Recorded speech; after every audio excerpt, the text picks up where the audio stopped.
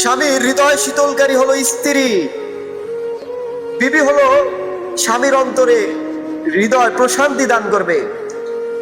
স্বামী বাইরে কাজকর্ম করবে, অনেক কষ্ট কাজকর্ম করে যখন ঘরে ফিরবে, ঘরে গেলে স্ত্রীর কাছে গেলে স্ত্রীর দায়িত্ব হলো স্বামীকে প্রশান্তি দেওয়া। সুবহানাল্লাহ।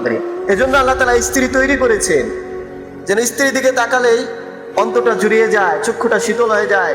আমি যে বাইরে কাজকর্ম করেছি, যে কষ্ট করেছি, সেই কষ্টের কথা যেন ভুলে যায়। এমন স্ত্রী আল্লাহ তাআলা প্রত্যেককে দান করুন। সকলে বসে আমিন।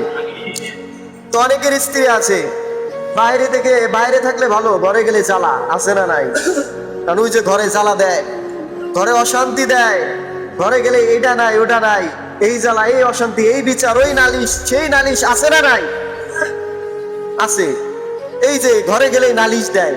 আমি ঘরে যাই একটু শান্তি পাওয়ার জন্য, কিন্তু দেখা যায় ঘরে গেলেই অশান্তি, ঘরে গেলেই অশান্তি। অনেকের অভিযোগ যে ঘরের চাইতে আমি বাইরেই ভালো থাকি, বাহিরেই ভালো থাকি, মনে হয় বাহিরে একটু সময় কাটাই, কারণ ওই যে ঘরের স্ত্রী ভালো না, গেলে বাড়ি নালিশ, গেলেই বিচার, গেলে এই সমস্যা।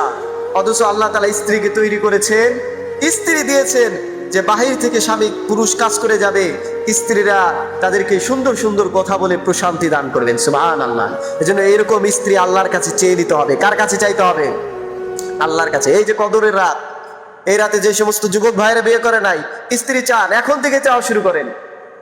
যারা সামনে ভবিষ্যতে বিয়ে করবে, আল্লাহর কাছে চেয়ে নিতে হবে। কারণ দুনিয়ার বুকে সবচাইতে উত্তম সম্পদের মাঝে সবচাইতে উত্তম সম্পদ হচ্ছে স্ত্রী।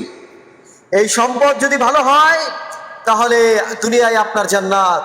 এই সম্পদ যদি খারাপ হয়, আপনি হাজার হাজার কোটি টাকার মালিক হন না কেন, আপনি বড় বড় দালান কোঠার মালিক হন না কেন, ওই ঘরে আপনি শান্তি খুঁজে পাবেন না। এটা চির সত্য কথা। যেই ঘরের স্ত্রী ভালো না, ওই ঘরে এসি লাগানো হোক না কেন, ওই ঘরে টাইলস লাগানো হোক না কেন, ওই ঘর রাজপ্রাসাদ হোক না কেন, ওই ঘর কখনো শান্তি আসতে পারে না। যেই ঘরের স্ত্রী ভালো, ওইটা চোরের ঘর হলো, ওই ঘরে শান্তি দিবেন কে? আল্লাহ। এজন্য এরকম স্ত্রী কুররাতে আয়ুন, আল্লাহ তাআলা বলেছেন, যার দিকে তাকালে চক্ষুটা শীতল হয়ে যায়, হৃদয়টা ঠান্ডা হয়ে যায়, এমন স্ত্রী আল্লাহর কাছে চেয়ে নিতে হয়।